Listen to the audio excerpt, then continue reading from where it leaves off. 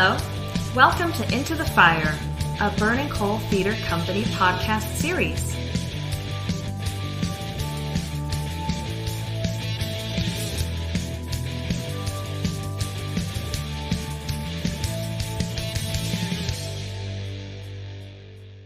Hi, this is Jerome Davis. I'm the Artistic Director of Burning Coal Theater Company, and I'd like to welcome everyone to Into the Fire, the Burning Coal Theater Company podcast series on all things theatrical.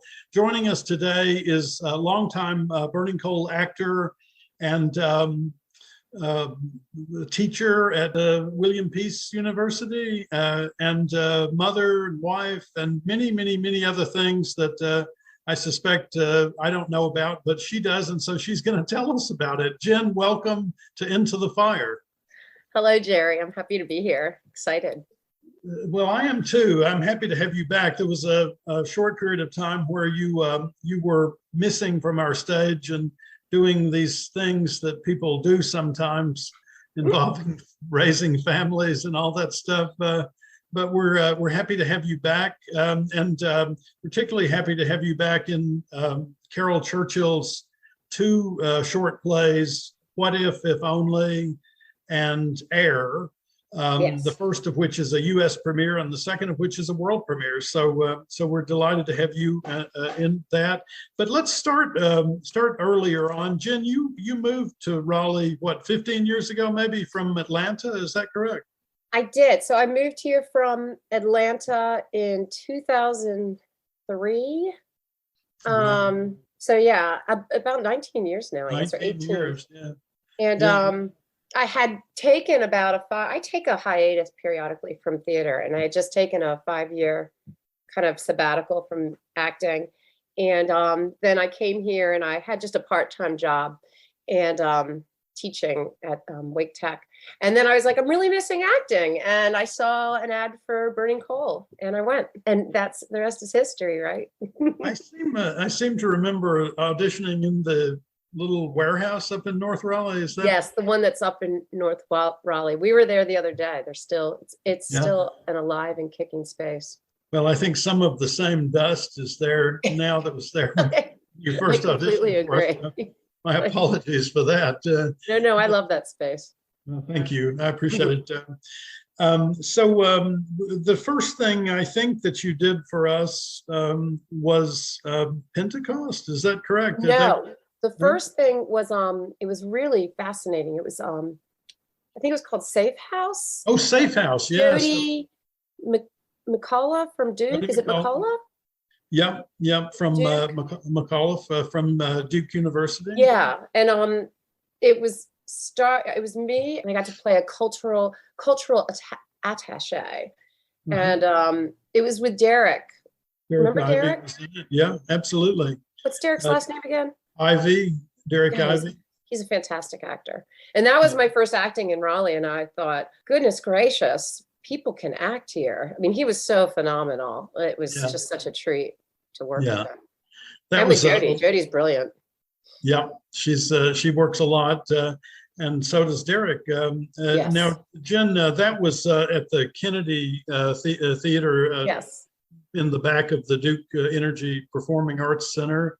Yeah. And then you did a number of other shows with us over the years, and including our first production here at the Murphy School Auditorium. Do you remember that transition, moving into this space for Inherit the Wind? I very much do remember that. And it's so funny because I have I really liked, now it's important to realize before I say any of this, that I am in love with the Murphy School. I mean, that's probably my favorite place to perform. It just feels so good. It's got a kind of, a little teeny bit of a feel like the Globe Theater. So it's just incredible. And the light is just magical. It's just all times of day, it's magical. And I think the acoustics are sublime, and the balcony. But I will say I liked the Kennedy was kind of fun, because it's there in the middle of the city. And it's just got this, it's just had a kind of, I liked that location as well. I don't know if you remember, but you had to work, you had to do the backstage work on that one too. Did you know that? Remember that? You were doing props, and because someone bailed out at the last minute. So you were back there with us backstage wearing all black and like doing tech stuff. It was really funny. I've put that out of my mind. No, it was funny. But surprisingly, it's a real testament to the personality of Burning Coal that it didn't feel in any way different. The company seemed to have the exact same philosophy and approach to theater in both of the locations, despite the fact that they were very different, Yeah, yeah. So Very that different. was really nice to know that, because, Burning Coal's just got that special feel that not all theaters pull off. Well, you gave me my favorite compliment about our space, and one that I quote often. Do you remember what you said that time in the lobby after a show? What did I say? I talk so much, Jerry, so I can't. Well, you seemed to be talking to yourself. The door burst open. You were the first person out. It was the end of a performance, and I was standing out in the lobby, and you walked past me. And you didn't look at me, but you said very clearly, that room loves a play. It does. Oh, but it's true. And then when I came back on for the first rehearsal with this one that was in the theater, Yeah. and I mean, I haven't acted for about 8 years now. Wow. And I walked in there and it was just it loves a play. It loves it, no matter how you stage it, whether it's in the round or thrust or whatever you do, it likes it. It's got perfect angles. It's just fun. It works well. It complements you.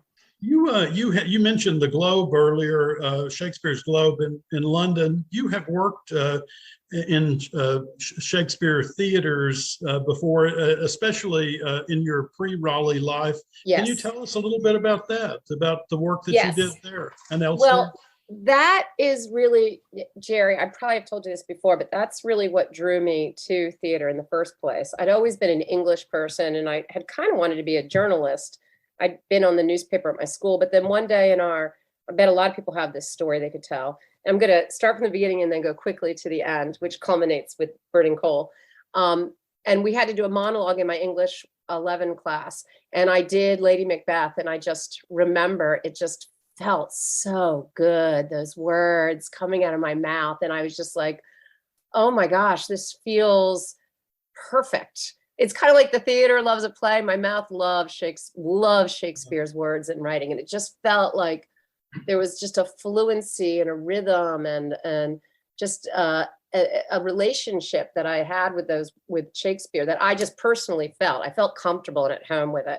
So that ended up making it so when I went to college, even though I was a different major, I always minored in theater. And I lucked out because I went to James Madison, which for anyone who knows for people who know a lot about Shakespeare in the United States, James Madison, I was there right when what was then called the Shenandoah Shakespeare Express, but is now called the American Shakespeare Theater. Yeah. Yeah, and it's in Staunton, Virginia, and it's headed by Dr. Ralph Cohen, and it was a spectacular experience for me. So I auditioned for that during one of its first 2 years. I got to do it. And we traveled up and down the coast. We went to Edinburgh. And we would just tour with 3 plays in rep. And I got to do Measure for Measure, Midsummer Night's Dream, Twelfth Night, more. My favorite, believe it or not, was Julius Caesar. I got to do Portia. And Portia just has this fantastic scene in it where she just begs her husband not to go. But that was a big experience with it. And then I did a little bit of it in Atlanta at the Georgia Shakespeare Festival, but they did it a little bit differently because part of what the Shakespeare Company did, which is very similar to Burning Coal, is they a lot of times do stripped down shows where they depend more on kind of the angles of the stage and minimal props. You don't always do shows like that, but a lot of times, and the 2 times I've been lucky enough to do Shakespeare at your theater, Jerry, both times they did it a little similarly to the Shakespeare play, which was just so fun because you get to, as the Shakespeare Company did. And at your company, I got to do Twelfth Night and Much Ado. And I hate to say this, but particularly Twelfth Night, you're going to be shocked, but I loved playing Olivia. It was so fun. Yeah, that's the role you were born to play. Oh my gosh, she was so wonderful. Yes. Well, that was a great cast all around. Oh, and the director, you always know how to pick good directors, Jerry. It's pretty exciting. If you do that, you're I won't say home free because you do have to have the cast too, Yes, but I think especially in small theaters where each moment, each gesture has specific meaning. absolutely. Because the audience is right there on it. You can't hide behind depth, Completely. distance. There's a Yeah. fantastic intimacy to the space, which allows for a nice, natural, real-time quality to the whole thing, which is really nice. Yeah. Well, one of our regulars, Abby Frelichs, went up there and studied at the American Shakespeare Theater too. The young lady who was in The Road to Mecca, if you saw that last fall, and she has something in common with you, which I suspect was developed through that touring Shakespeare, but that is your remarkable voice, which sounds to me like a cannon going off when you talk, which is great. I mean, it's what directors crave. Is not having to say, I didn't hear that. Yeah, exactly. And now, is that true, or were you born with that voice? No, that's really funny, Jerry. That's actually a really good thing for you to comment on, because it links directly back to that Shakespeare company I was in. So when we were in the Shakespeare company, the one in Virginia, the one through Ralph Cohen, which when I was in it again, it was called the Shenandoah Shakespeare Express. Yeah. But we would tour, and very often we'd have to do the shows wherever they told us to do the show, whether it was in a park, in an amphitheater, in a gym, in a classroom. And, sometimes the acoustics were pretty rough. And I would lose my voice a lot because I always had a really husky voice. I was born with it's not so much anymore because of what I'm about to tell you. So I would lose my voice. And one time we were in a space where they were going to have to mic us, but they were one mic short. And they knew about it about a week ahead of time. They're like, we're going to be one mic short. And the director looked at me and he said, we're not going to give you the mic. And I said, why? And he said, because it's time you learned how to use that voice of yours. So every day we would have to go for a walk, and we would just practice me using my voice properly, and practice using my voice properly, and practice and practice and practice. And it was effective. Maybe a little too effective, because I agree with you. I mean, in my day-to-day life, people are often like, Jennifer, we hear you. So I definitely have one of the loudest voices in the room at this point, but I came by it honestly. So I had a friend in New York, a guy named Mike Malfitano, who was a tall, lanky Italian guy. And he was so loud that once in a restaurant, somebody turned to him and said, do you have a microphone? I had something similar happen once when I was in a coffee shop here in Raleigh, and I was with my kids, and a woman turns around and she said, do you have to be so loud? I was like so mortified. You said, blame Shakespeare. I was so embarrassed. Yes, Well, I guess it's better than the alternative that I'd spent the first 17 years of my life losing my voice weekly because it was so kind of husky and just thin. The Beatrice in Much Ado with Us was one of my favorite memories over the last 25 years, particularly the gulling scene where you were put face down in a pool of water. Oh my gosh, that was so funny. Yeah, I loved that. Was that as challenging for an actor to do as it seemed like, or was it just a load of fun? Being in the pool, I'll tell you, Jerry, over the years, there's been 2 or 3 things that have proven to me the magic of acting. Very specific things where I'm like, Jen Suchanec doesn't know how to do this. And one of them was walking in high heels, which I had to do in one play there. And I was like, well, you know what? This character knows how to walk in high heels. So she can walk in high heels and she needs to do it well. And so I did. In my day-to-day life, I still can't. But that pool scene also, I was like, I don't know how to do choreographed comedy or wet comedy or that kind. And I was like, you know what? Beatrice is in this situation and you need to make it happen, and you need to make it happen well. And she needs to, it was a really great moment that way. And then ultimately it just ended up being so fun, because that was an example where the Murphy School, the audience, they just loved it. And it was such a joy to be a part of a little spectacle that was so pleasurable to the audience. I mean, it was fun, I was in a swimming pool rolling around in a really nice dress. And James Anderson ended up in the same pool a few minutes before you. And what I loved about that is that, most people who know Shakespeare know that scene and have their favorite version of the gulling scenes. Yes. Called, but there was something inevitable about that staging that just washed all the others away. Yes. Nobody that ever saw that production, I think, remembers any other version of it, so that was one of my, because usually it's just hiding behind chairs and like doing expressions like but with this one there was like a pool, and the fact that you got to do so much fun with hiding your head and then blowing water out, and it was hilarious. That was fun. And I pretended I was a statue, a fountain at one point. I don't know if you remember. Well, you and James both did that. I think that was fun. And one of you, I can't remember, spat water out. I think that was James. James came quite naturally to it. He's funny. Yeah, we miss him. He's up in Virginia now for some unexplained reason. I thought he was running his own theater company now, I think. Well, that's fantastic. Yeah.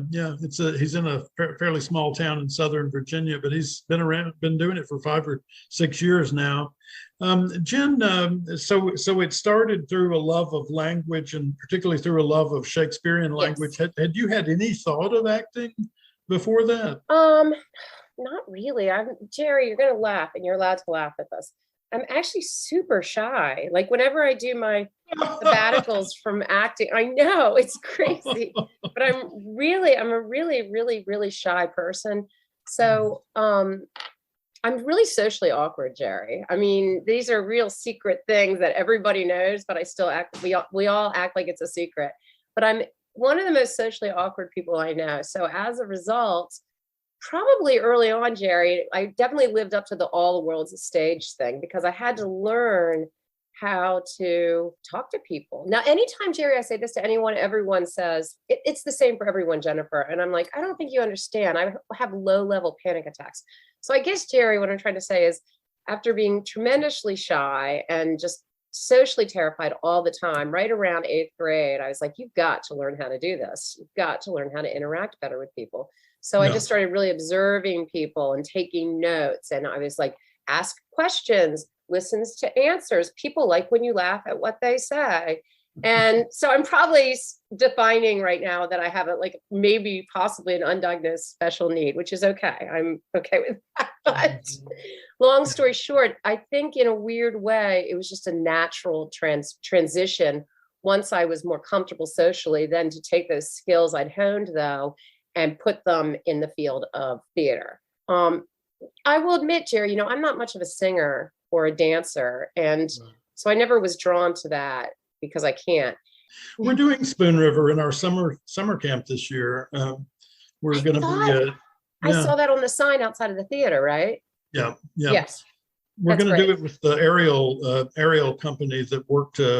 They do aerial and clowning, and I thought it might be an interesting thing for young people because now they can spend more time on the aerial outside of the text. And not yes. In 3 weeks, try to learn to handle both things. So they're going to each have, monologues, but then they'll also have significant amounts of work in the background.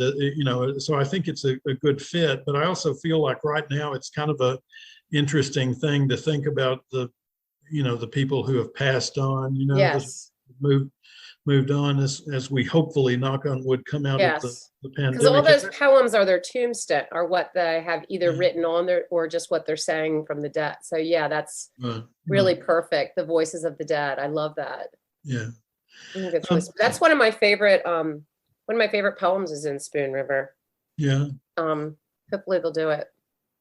Well, let me know what it is and we'll make sure we do. Yeah, it's George Gray, I think. It's really good. You should. Oh, yeah.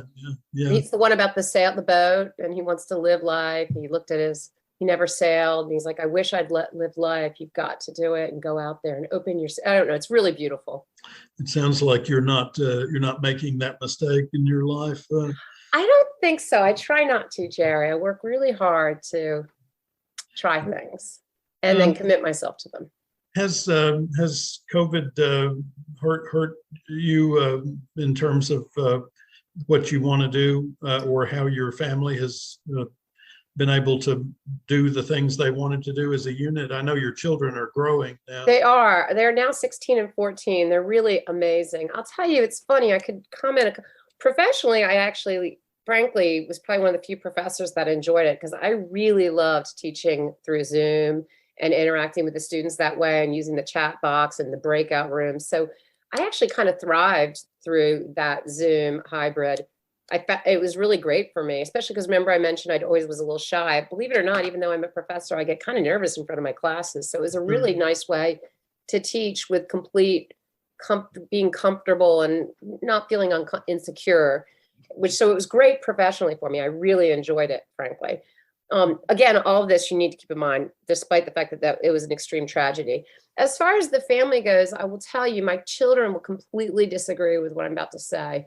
But I actually really valued getting to spend that year and a half with them. I mean, every day we were taking a family walk, which now they're like, that I can't believe we did that for a year and a half. And I was like, well, it was great. So every day we take a family walk at right around the same time. And we were just having better dinners. And we started every night, we'd watch like an hour. So it kind of, in a weird way, Jerry, brought back the values of a nuclear family that had been kind of lost in the hustle and bustle of life, because, I think in the world today, we're all trying to achieve and be like great at this or great at that. Especially a lot of times parents, we make the mistake of being like, you've got to not just play soccer, but you've got to be the best. You've got to do this and be the best. So it was like, it was kind of a nice splash in the face for me to be like, you just enjoy your kids and enjoy your family. And it was nice. So I secretly enjoyed it.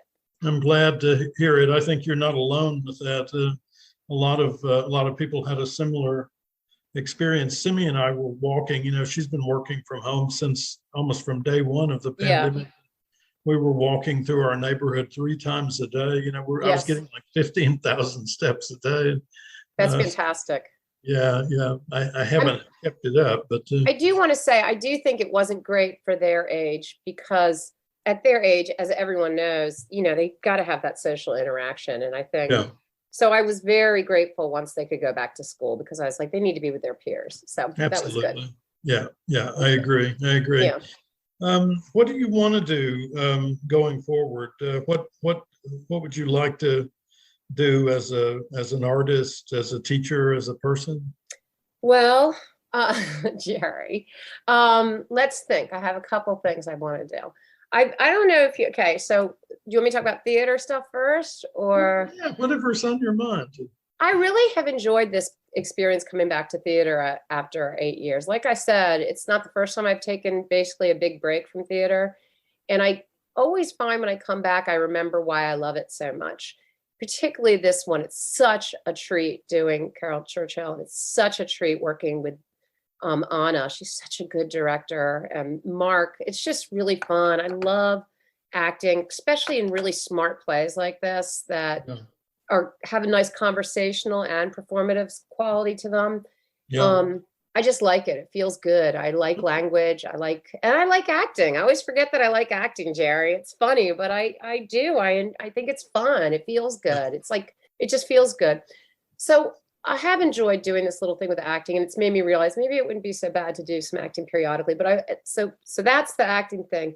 But the next thing is, as far as teaching goes, I love teaching. See, I will admit something to you, Jerry. I've always wanted to. I don't know if you know this, but I do a lot of writing. And I've probably written like over 70 poems and probably like about 20, 25 short stories. And probably, I think I've written 3 half-finished novels. I think I have 3 of them. So I've always thought that I would love to spend a little time like honing those a little bit more and editing them, and maybe trying to get them published somewhere, something like that. Nice. That's really nice. I know. I really like writing, and it's fun. I like writing stories. I like writing poems and stories and reading them. Do you have a routine as a writer? Usually what happens is I'll be driving my car and all of a sudden I'll be like, and I'll be like, oh my gosh. And then I'll pull over and I'll sometimes will get my phone out and I have a notes section and I'll write the poem down or the story down. And then I'll come back later and I'll write it up and edit it. And a lot of times I think you'll find that a lot of actual writers will say this, that there's something about the early morning when you have that first cup of coffee. And I wake up earlier to take my kids to school, because I have to take them to school at 6:40. And there's something about that time period where you can just write or edit very well. It's just really productive. Time works very well at that time of day for production. And it's just, I speak it out loud a lot, and I just really like it. Do you write dialogue well? Do I write dialogue well? Yeah. Yeah. So I would say that, I was like, that's funny you should say that. I think I do write dialogue really well. I read a lot of Raymond Carver, and a lot of there's another author that I like a lot. J.D. Salinger. Have you ever read 9 Stories by J.D. Salinger? No. They're amazing. And I mean, there's some slightly offensive things in them at this point. Just I want to give that little red flag, but they're amazing. And his ability to like kind of write about small moments and have intersplice description of character and moments of what could be decided, could be labeled insignificant dialogue, but it's quite significant, are just brilliant. And that's a big part of what inspires me in my own writing is J.D. Salinger's 9 Stories. It's a great book. Interesting. Well, I was just wondering about the dialogue because I wondered if you'd ever taken a stab at a play or thought about taking a stab at a play. No, that's funny you should say that. We would write just every now and then at night, when it was late at night, we would write little one-act plays together. And we would just read them together, and they were really funny because he's A, brilliant, and B, one of the funniest people I've ever met in my life. And I remember like around the time Kurt Cobain died, remember when? Yeah, sure. We wrote this like really funny but poignant little one-act play about that. I mean, it's been thrown away since then. It was just something we did as a hobby, and it was they were good. And I've always thought about that I would love to, because I just really like a good script. Like I really like Mamet, and I know Mamet's offensive on some levels, but part of what I love about him is his conversational quality. If you can pull it off in the acting, it's like a real conversation. And I didn't mean that as condescending as that sounded when I said if you can pull it off with the acting. I just mean it's hard to pull off his dialogue because it's so like we really talk. And frankly, I think Carol Churchill's a little similar that way. That in this play for sure. It's so similar to the way we talk in real life that when you see that on a page, you've got to get it just right. Otherwise it sounds weird, you know? And I think Mamet has that in common too. So I love reading scripts like that. And because I like reading scripts like that, those are the kind of things that do make me think I'd love to do a little playwriting or script writing someday. Well, I wonder if one of your half-finished novels might be half-finished because it's really a play and you just haven't put it in the right form yet. There's one of them that's like all dialogue, and it's cute. It's cute. It's cute. Well, Jen, let's wrap up by talking just a little bit about What If Only. You're in both productions, but I'm not in air. You're not in air at all. No. Okay. What If Only is essentially a 2-character play until there's a revelation near the end that we won't give away, but tell me about it just a little bit. What does it mean to you? What do you think an audience will take out of it, if anything? Well, okay. It means a lot to me. I remember our first day of rehearsal. I had just gotten done teaching, and I wrote on, and I'm saying that only because I had just gotten done writing like surveys and questionnaires for my students in my professional writing class. We make surveys and questionnaires. So I just finished teaching them how to make good multiple choice questions. And I remember on our first day of rehearsal, I was just doodling during break, and I said, what do you think this play is? Which of the following? And then I wrote a dream, a ghost story, a reality, the inside of his mind being insane. And I was like, which of the above? And I was like, or all of the above. And it's been funny because I've revisited that, not on purpose, but only because it's at the beginning of my notes that I keep for the thing. And I keep thinking about it. And I definitely think it's what I love about this play is when people ask me what it's about, I'm like, it's 20 very significant minutes from a man's life, or a person, but in our production, it's a man who is mourning the loss of a loved one, and they're having trouble transitioning and accepting that they're gone. And these are the 20 minutes in their life where they finally, through a small little kind of revelation, cathartic conflict moment, climax moment, they're finally able to accept, okay, I have to have a future without this person. I think that's what it's about. Yeah. Now, because it's a play, my character's there, and my character is sort of his old love, but also his old love in the form of also the reality. Like, it's almost like I'm a shapeshifter who can kind of be his real love, but then later when I come back in, I'm sort of the present. And I'm like that inner voice, but personified, the inner voice. And at times he needs that inner voice to be the woman he loves. At times he needs it to be someone who is saying to him, she's not here anymore, or they're not here. The play does a really good job actually keeping pronouns kind of they or unspecific, which I think is actually really interesting. So that's what I think the play is about. Did that answer the question? Yeah, it does. The last question I would have then is that, because that sounds a lot different than, for instance, Olivia or Beatrice. How do you approach a character like that, or do you approach it in the same way? Like, do you think about the character's background? Do you think about what they wear, how they talk, how they walk, or is there something else that you're trying to hook onto as an actor? That's a really good question, Jerry. For one thing, the director's directing it so that the whole thing's kind of neutral, which I think is cool. Like, she's trying to keep it neutral, and she's never said directly why, but for me, that makes it so it could almost be anyone, like anyone's experience with this, which frankly, I like. As far as me approaching it, again, going kind of with that concept, I decided to not create any kind of strange backstory, but Mark, the other actor, starts out with a 5-minute monologue, I think. And my character's kind of there, but a little bit backstage, but listening to it. By listening to him and listening to me, and it's kind of like this approach I take to every Shakespeare play I do. I go in, it's kind of the same, Jerry. I just go in and I look at every clue that's there, everything that's said, all the allusions, even the things that are only halfway said or the things that are repeated. And I get the clues from that. He says a lot about my character. He says things like, we disagreed. He says, you would have liked that. He said, you could be difficult sometimes. And he says all these things, but then also, so I guess I approach it a lot like I approach every play, Jerry, when I'm doing the right kind of acting. I'm just trying to really be true to the script. And so you see it there. She puts clues throughout every line of it, including the clues simply by the repetition of certain phrases, and then the slight change in those repetitions to indicate that there's been a change in the acceptance level. But mostly, Jerry, I'll say some of the best work has come from when Mark and I were able to get really off book, and from the two of us just talking and being able to listen to each other and hear each other, because this is why I say it's really a crucial 20 minutes from his life where he's having this transition of acceptance. And we're doing that together, because I'm either his inner voice or what have you. You can think of it as a ghost story or what you want. And together we're getting him there. So as with Spoon River Anthology, it does feel like a play for the moment in a sense. Yes.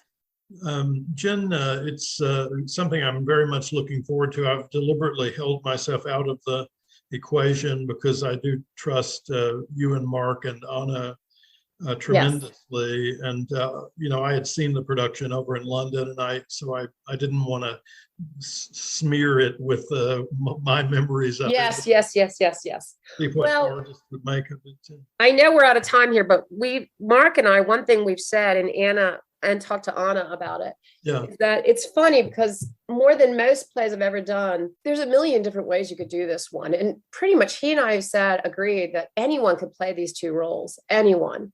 Yeah. You could have them the same gender, different genders, change. You could have them be old, young, and you could have the characters have totally different personalities, different ethnicities, and it would still work, because that's part of what's so brilliant about it too, that it has a really nice universal quality to, this is something, like you said, Jerry, people go through. I mean, every one of us has gone through mourning on some level.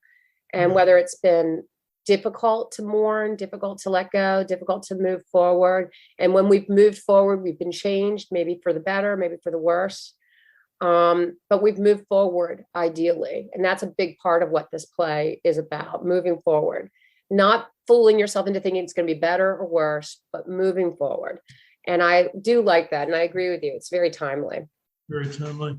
But it'll always be timely. That's another part of what I'm trying to say. I think it could always be timely, which is another thing that's really brilliant about it. I listened to the playwright Jez Butterworth talking about his play Jerusalem, which is on the West End right now with Mark Rylance. And okay. Butterworth said this is a play about someone who wants to stay but knows he has to go. And I think that could apply to this play as well. Very much so.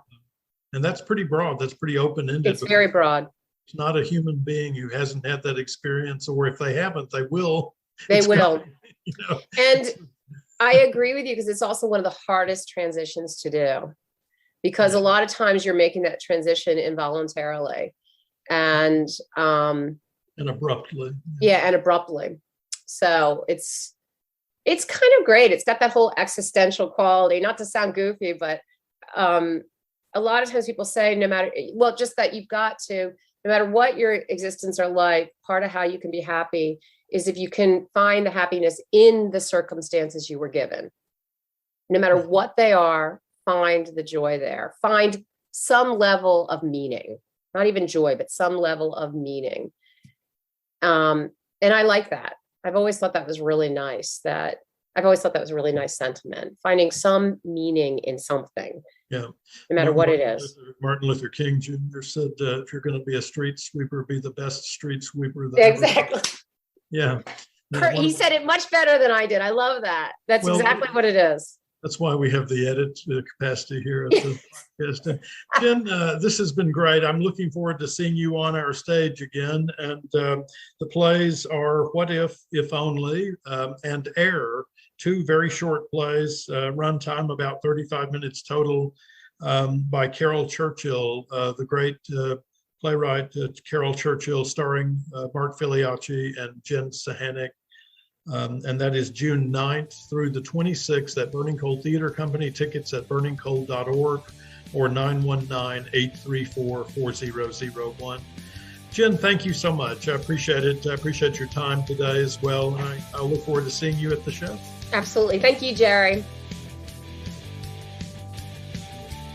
Thank you so much for listening. Our second stage production of What If Only, and Air will run from June 9th through the 26th. For tickets and more information, visit us at burningcoal.org or give us a call at 919-834-4001.